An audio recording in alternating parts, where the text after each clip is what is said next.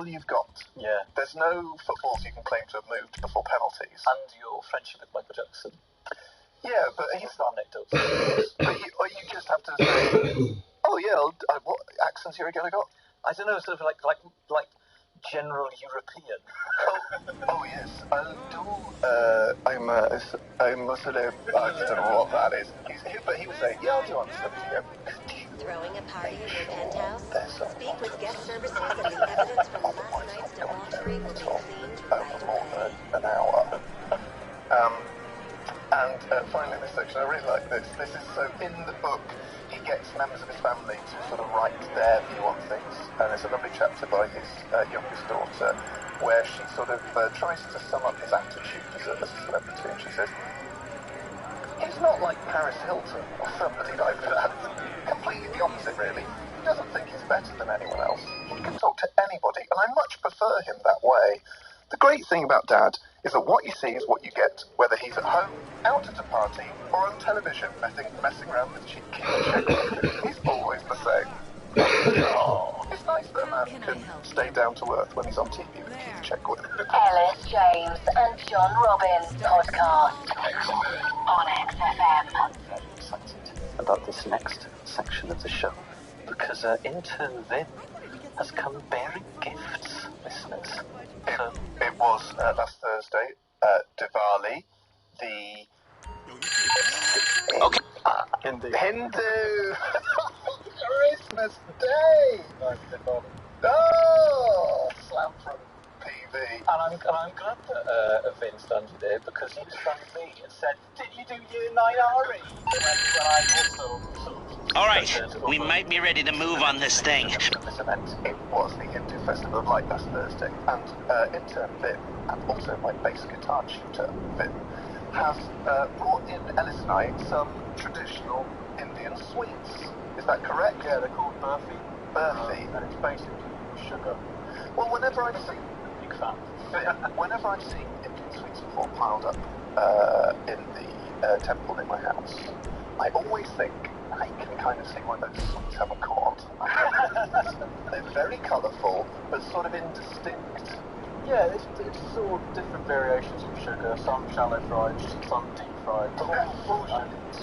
Different amounts of. So I'm going to describe these to the listeners. I've got 3 blocks of deep fried sugar, and then 3 sort of shapes. One is in a samosa shape, one is in a diamond, one is in a circle. Are there any differences between the content of these? Oh, they're all different flavours. That bright green one.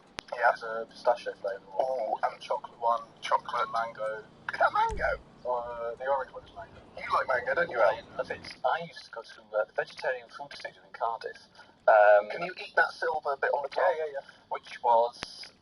it's an Indian restaurant but only sells vegetarian food. And it's more authentic than sort of the normal takeaway you get. And they used to sell these. And I ate one on Saturday, and I don't remember anything until the following Tuesday. It was so sweet. Like that time I took too much Valium. You're bad back.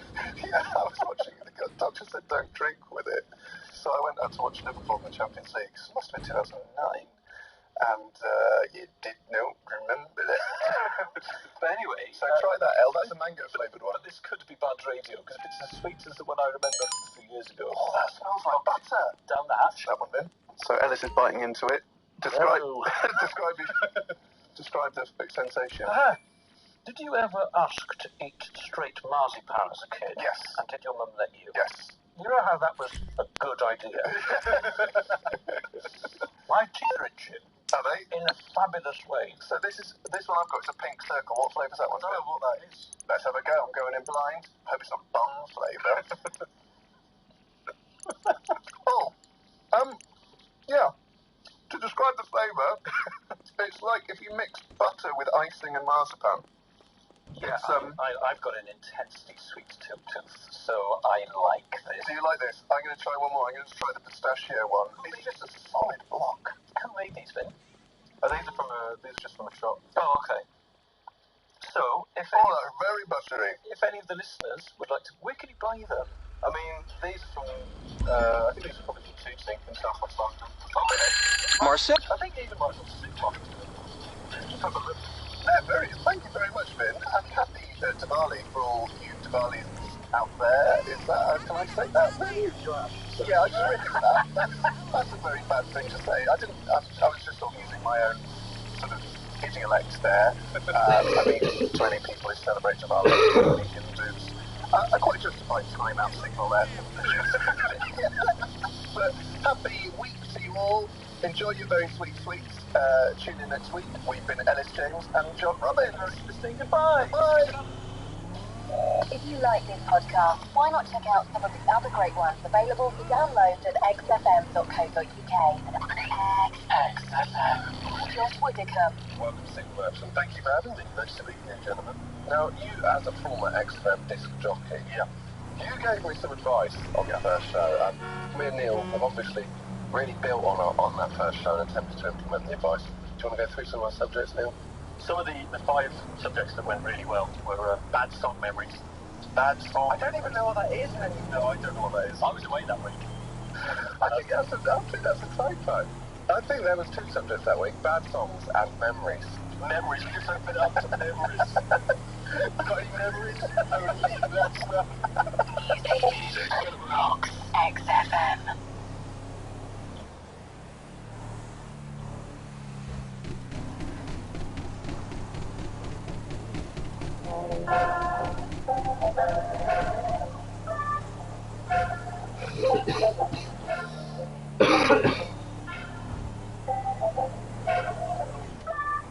What's upset you now? Obviously, we're chatting not 2 days after this. You know, I kind of miss party emerged that was happening during lockdown on the 14th of December 2020. And the reason that is a significant date is because I know where me and Sean were 4 days later. No way. Me and Sean were going to Brighton to do a gig with Ramesh. Do you remember this? Oh Sean? my God. At the Wagner Hall. We were going down, and the thing is, gigs weren't allowed in London, but we could go to Brighton because it was tier 2 or whatever. Do you remember the tiers? Oh my God, the tears.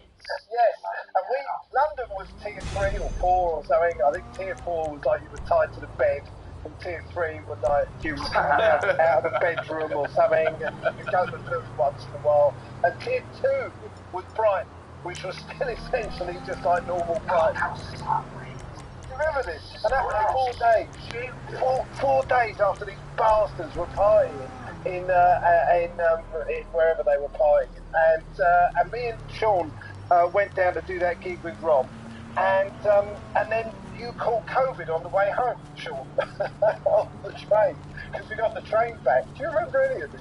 Yes, no, I do. I absolutely do. And that was just before Christmas. But yeah, I remember when you had COVID, you had a different strain to everyone else and lasted about 3 months. You weren't well, were you, at all? Oh, I've never had anything like this. Hey, listen, sorry, if we're going to talk about degrees of suffering, you have to come and live with me, alright? Because I think I can do better than that. I genuinely, the Jews have suffered more than anyone, and we know how to do it, alright? It's 2,000 years of practice. To be fair. But I remember you got COVID because you phoned me, I've got COVID, and I thought, I sat opposite you for an hour and a half class, and now I'm going to get bloody COVID. This was my sympathetic response, I believe. I can't believe I was generous enough to call you and tell you. I didn't realise that I was that kind of guy. I don't remember. I think I might have called you or something. Anyway, well, that was really COVID. You had to turn it forward because I called you, and then I was like, you have to do the test and trace thing. I got crap. Well, anyway, 4 days before that, they were partying, weren't they? I don't even know. This should be about I don't even know where it was. And some of them, that party, and don't you think, by the way, that it was doing that. It was a fabric. That's where it was. It was fabric. That's right. It was in the banging house room. That's right. Well, they had food laid out, which is unusual, really. But and strip lighting on as well. What? It's not like they asked to make a video of a young Tory party. It would come up with something along that line. A bloke in braces a bloke in braces, another one who's pissed, swirling the woman around, who's also pissed. The whole thing was so fucking naff. It really, I always, whenever I thought about it, I thought, if there was like, I wish it was like a proper thing where Boris Johnson was there and he looked at the security cameras and he saw us and he knew we were looking at it and he basically just slowly gave us a finger, right, and then he inserted it into that one.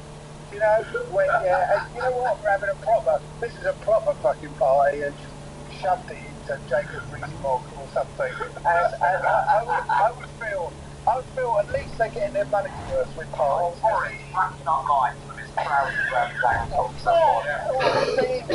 think really. I have to say, there's not many parties I've been to where a couple of people have got like OBEs at the end of it, so that's quite impressive, isn't it, really? I've been to parties before, and I think he's deserved an OBE at the end of it.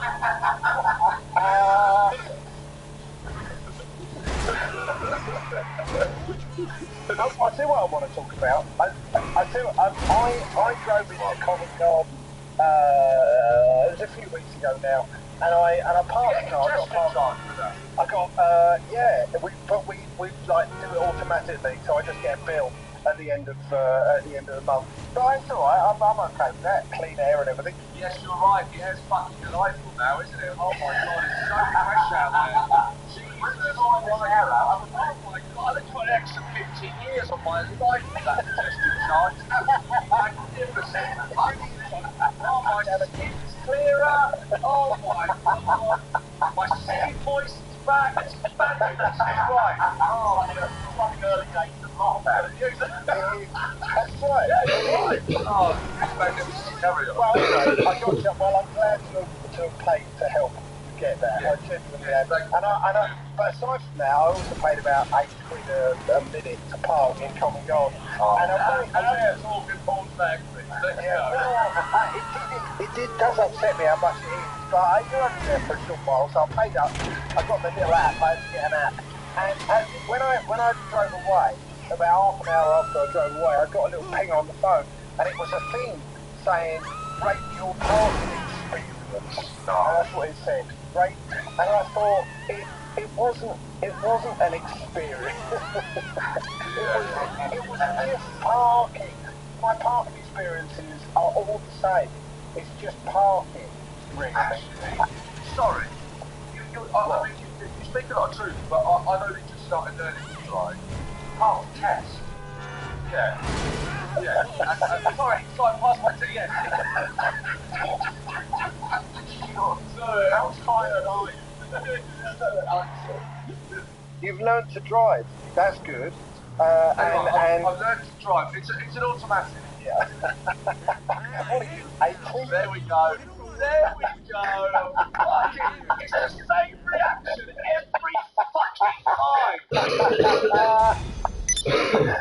Christ. They don't even not drive an automatic, Tony. Well, I will do when I'm 90. Of course I will. I mean, everybody does. But while my legs still works and I can change gears and use my hands, I'll probably, stick with like a normal car. Oh, you're so hard. You're so strong. Oh, God, you're so masculine. Oh, it's making my thighs sweaty. The way you drive G-stick instead of a one that just moves forward and down. Oh, my God. So arousing in your manual car. Sure. Have you got one of those car locks that you fit to the wheel when you stop? Like, those big... One of those sort of covers that goes over the seat with one of the beans on it to do just along. Have you got those? Have you got a cushion? Have you got a cushion on it just so you can see over the windscreen and all that? No, I have actually got a cushion for my back. Does that make you happy? Yeah, it does, actually. It really does. Believe me. Can I just tell you, I got into a car once. I stopped somewhere and I did whatever I was doing. I got back in the car and I thought, who left this cushion here? And I got into the wrong car. It was the same. It was exactly the same model. I thought, there wasn't a cushion. What's going on? and I couldn't work out. In fact, I've done this a few times actually. I once tried to open my car with the electronic key, and it wouldn't open, and I had to go to a shop and get a new battery for the electronic key, and then I realised I was trying to open the wrong car. It was like 3 cars down. Anyway, back to you, Sean. And you're laughing at me about being behind the wheel. A friend of mine went clubbing in London when we were like 18 and driven up from Winchester to go out clubbing, and they parked their car, and when they went back to get their car at 6 o'clock in the morning, a market had been set out. That's outstanding. That's outstanding. How long did they have to wait? The whole day. They had to stay there until the market finished. That is deserved. I quite like when the space is a big space, so you don't really have to, it's not really parking, it's just kind of turning it. It's almost like going into another lane. How is your parking, Sean? Are you getting better? Can you? No, I'll be there for 10 minutes. I start panicking that people are looking at me. Can I come with you on a drive just to watch? Well, yeah, if you've got half a day, Jesus Christ. So tell me about the parking experience. Well, all I was going to say, when I say it wasn't an experience, it was just fucking parking, all right? It wasn't in any way an experience. But I was genuinely then trying to think, what would be a 1-star parking experience, right? I mean, if you like, or even a 5-star parking experience, but a 1-star parking experience, like if a bird of prey swooped down and took one of the children. I was getting out of the car. That would, I think, be a 1-star parking experience. I'm never using this app again. One of my children was taken by a hawk. 5-star. 5-star parking experience would just be able to park and do. You know what a 5-star parking experience would be? Not paying for the parking space and not having to register with an app. That's what it would be, to be honest with you. Yes. So, anyway, what happened in Covent Garden was neither a 1-star or a 5-star. It was alright. Then it was a free. Yeah, but it felt... Then it was free. Then it was free. You needed to put free. This is on you. It was clearly a 3-star parking experience. Do you think? 3-star? Listen, we all do comedy. Nobody likes a 3-star anything. No. I think they should only be 1 or 5 stars. That should be the only reason something it's either terrible or so good that you need to let people know about it. Exactly. But it was, anyway, I didn't register it, and it wasn't a 5-star parking experience. And I can't even imagine what that would be like. When I die, I don't think I'm gonna look back. You know, when you have a highlights reel in your life, you're not going to be like, the birth of my kids and various sexual encounters with Arsenal winning the title. I'm not going to think, when I parked in Covent Garden, just went in and out. anyway, that pissed me off. No end. I tell you what happened to me. I was talking about sensitivity readers. You know that people now read books. Like you can get a book read by a sensitivity reader, just in case you're a bit sensitive and you think that there might be things in there that upset you. You can get books read by sensitivity readers. So I can hear Sean the cock's turning, thinking that is an incredible idea. Are you sensitive, Sean? Are you like a sensitive? I mean, I don't get that upset. I don't think I'm sensitive to the. Go on. Let's hear this. Like, what the fuck are you talking about? Well, what happened was I was talking on stage about, you know, in Roald Dahl books, they're changing things, yes, aren't they? Yes. They're changing things. You're not allowed. It's not the big friendly giant. You're not allowed to say giant. It's the big friendly tall person. Are you making that up? Yes. But it probably something along those lines. Well, the one I read was that you're not allowed to say fat. It's enormous, right? It's enormous. And I thought, if I do say so myself. I mean, as someone who has struggled with my weight, I would definitely rather be called fat than enormous. Yes, and I am going that way with the amount I'm eating at the moment. Can help, Paul. You're looking a bit enormous at the moment. Yeah, that's what I mean. I don't think it's any better. I think it is possibly worse. But what happened was, I was doing a gig and I was talking about this, and there was a fat bloke, a really fat guy, enormous, whatever you want to say. Yeah, to the right of me. he could be listening. Sorry, enormous. Well, what was interesting, he was a very happy fat guy, right? He was sat there, he had his hand on his tummy. Not on the inside though. Unfortunately, carry on. Well, I think the inside was full, to be honest with you, Sean. But anyway, if we're talking about. No, but the point is, he was chipping in at the gig. He loves it. Of course he was chipping in. Of course he was. He was enormous. Of course he was chipping in. He was. But what happened was, so he'd already heckled, and we were having a bit of a laugh, and he's very happily chatting away. And then I mentioned this about it's not fat, it's enormous. And there was a woman who sat right behind him that leaned over and sort of hugged him. Like, she sort of hugged him, like, yeah, never mind the nasty man on stage, right? It's basically what it was.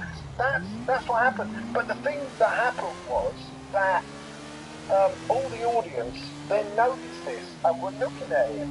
And I think they were looking at him going, he is pretty fat though, isn't he? He is pretty fat. Which I don't think they were really thinking beforehand. I think she essentially tried to make things, it was good intentions making things worse. And I think she'd have been better just leaving it alone. You know, personally. Great name for an autobiography. Good intentions making things worse. Well, yeah. Yeah, so that rather pissed me off, I'll be honest with you. Yes, I can imagine. I just thought, leave him alone, he's fine there. He's happy in his enormous... I should say, good name for an autobiography, which will need to be sensitivity read. Yes. The legend, that is Ian Stone, joining us there. If you want to check out Ian, he's taking a brand new show up to the Edinburgh Fringe. It's called Ian Stone Will Make It Better. It's on 4 p.m. every day at the Counting House. Do check that out. Also, of course, myself and Paul do feature-length What's Upset You Nows that go out every Monday on our Patreon. If you want to check them out, please do. Join the squad. It's at patreon.com/WUYN and become an unhappy Monday. Love to see you there.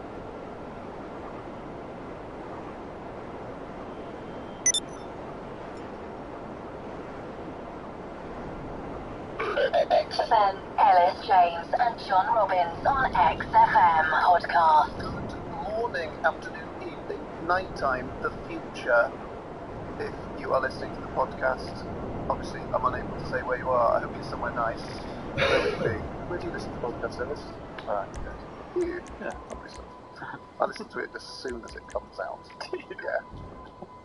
So I think it's brilliant. And I schedule my tweets about it for Monday morning so it gets maximum exposure.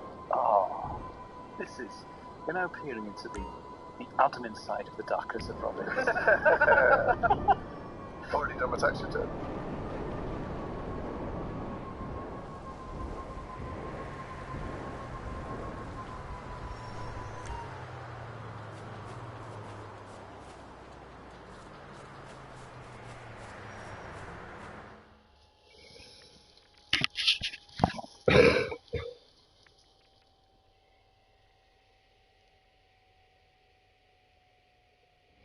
What's up, Chief?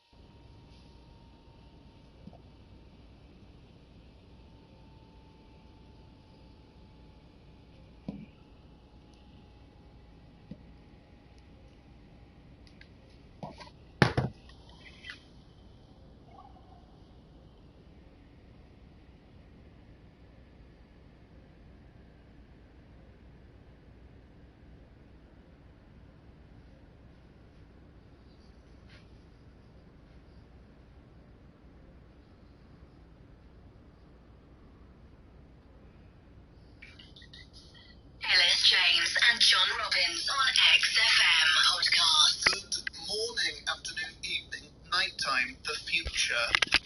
If you are listening to the podcast, obviously I'm unable to say where you are. I hope you're somewhere nice. Where would you be? Where do you listen to the podcast, Ellis? In bed. You? Yeah, lovely stuff. I listen to it as soon as it comes out.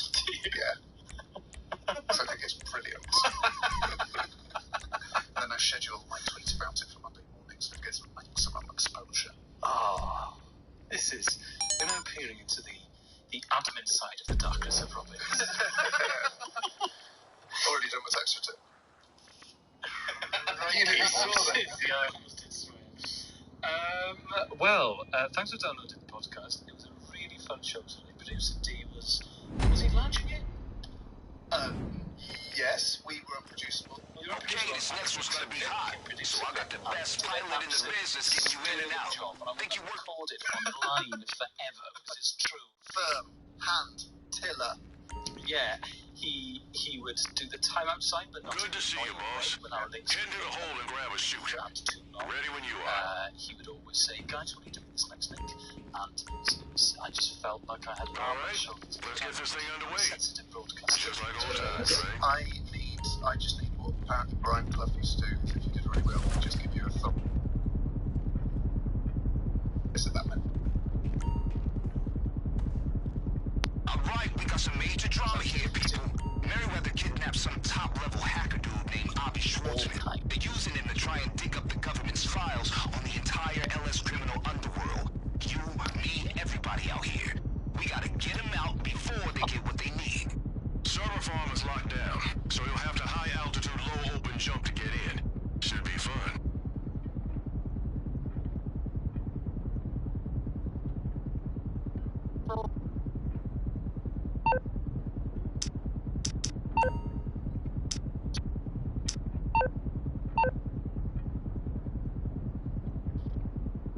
Make sure you grab a shoe. Can't party without one. Stocked up on some rations and ammunition if you want to grab some things. Oh, well.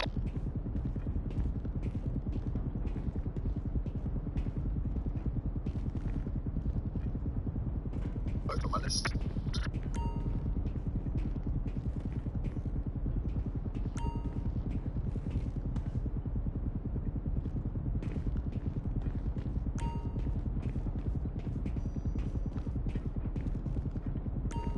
But Okay, we are stationary over the target. Clear to execute high altitude low open. As high as possible. Don't sweat too much. Some of them are 50% cotton.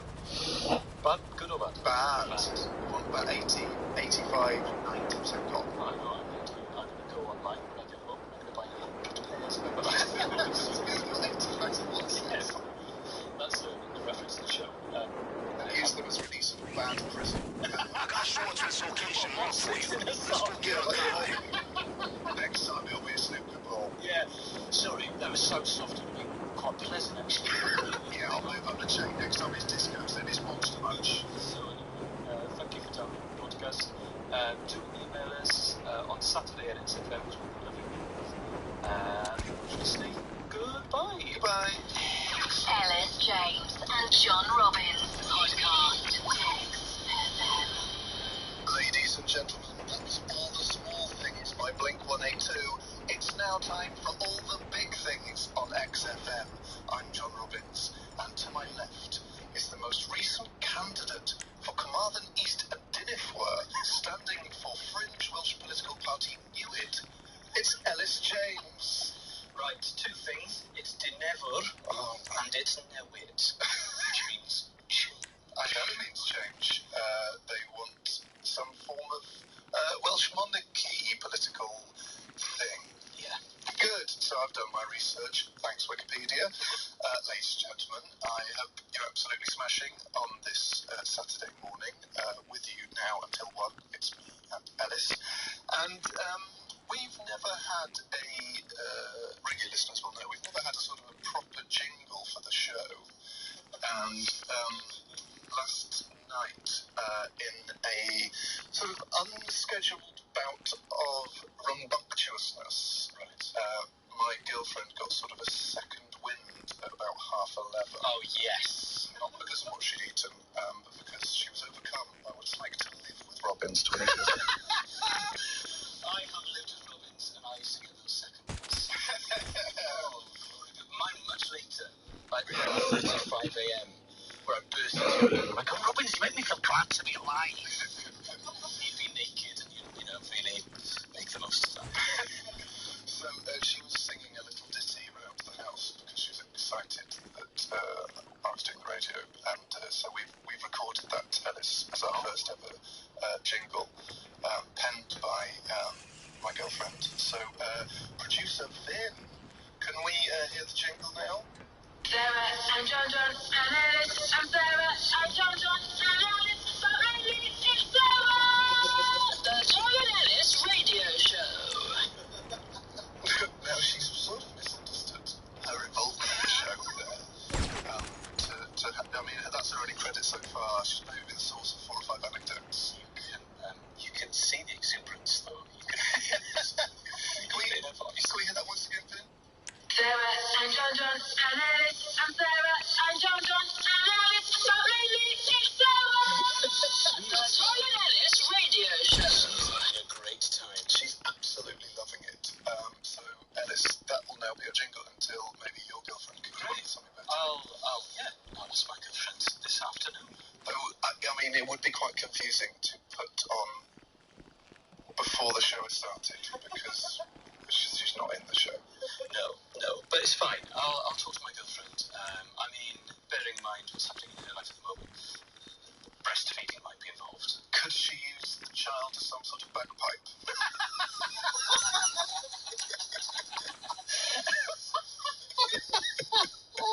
As long as social services don't find out, then yes. Because it's perfectly released whilst breastfeeding. In fact, could you operate as someone who doesn't have any children and do text in on en4cer666 or tweet @XFM to let me know if this is true or not? Could you aid the suction by pumping the baby with your right arm? Sort of like a bellows. You're using the breastfeeding latch technique that my girlfriend uses. It's incredible. There's loads. We nailed it first time. If the one thing on earth I'm natural at is breastfeeding, I'll be very frustrated. Ellis James and John Robbins podcast. I, John, have over 80 bags of nuts in my house. Are you planning a scavenger camp? I overestimated how much creatures we'd have. Are you handing out what? Well, I thought it would be nice. But we got loads between about 6:30 and 7:00. They actually gave them a house cake because we're expensive.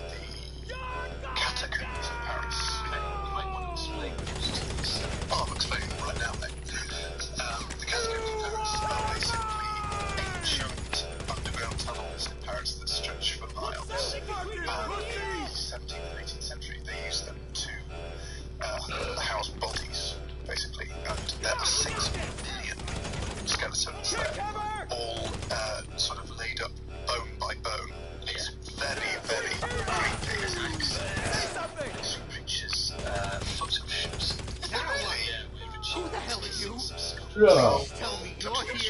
Well, Bobby. Take that up with the money. So we were aware, having looked on TripAdvisor, there was a bit of a queue. How long do you think we queued to go get into the catacombs of Paris? Okay, well, I queued for Nemesis. Come on, we have to go. Really? Yeah. Okay, how long do you think we queued for the catacombs of Paris? Higher. No. Okay, an hour and a half. Reinforcements on the way now. It looks like they're surrounding the building. 5 minutes. Higher. 2.5 hours. Higher. Wait. 3.5 hours. Higher. No way. 5 hours. That's 4.5 hours. No. 4.5 hours. So that's the you would have needed to be. So what happened was we joined the queue. So the queue basically just goes around this little park, and there's close, 300 people in the queue. And we thought, okay, it's going to be 2 hours. Like I said, it went on. TripAdvisor is worth it. After an hour and a half, we realised we hadn't moved very far, and we thought, we've queued for an hour and a half. Yeah. But in 2 hours, we thought, we're not even really halfway. So I started counting the amount of people in front of us in the queue, leaving it for 10 minutes, then counting them again to work out how many people per minute were going in. Classic Robbins. Fun on holiday. Works out about 2 people every 3 minutes. 3 people every 2 minutes. 3 people every 2 minutes. So what we did is we decided to form a tag team system where we would go to the restaurant, and every 15 minutes one of us would swap over a remaining member in the queue. So we were an hour and a half. And we went back to the queue.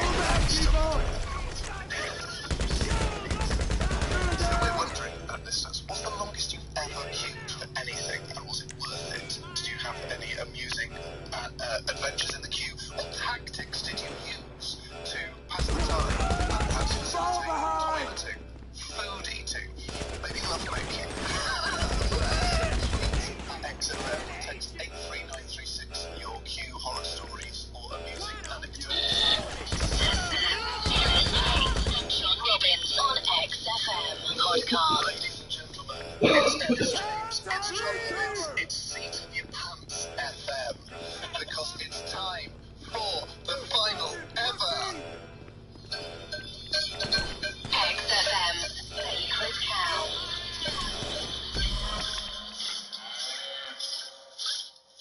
Guys, over the past 38 weeks, we have consigned some of the most overrated bands in history into the abattoir. We have elevated some of the great classic rock legends into the paddock, but there's one space left. It's in the paddock. Okay, our touchdown is just outside the facility, but you'll have to meet me on the way out. One band Copy to that? fulfill Just that get final Schwartzman out there into a rendezvous point. You will text and tweet in to vote for who you think deserves to be up there with Blur, The Who, R.E.M., David Bowie, Jeff Buckley, and on the street.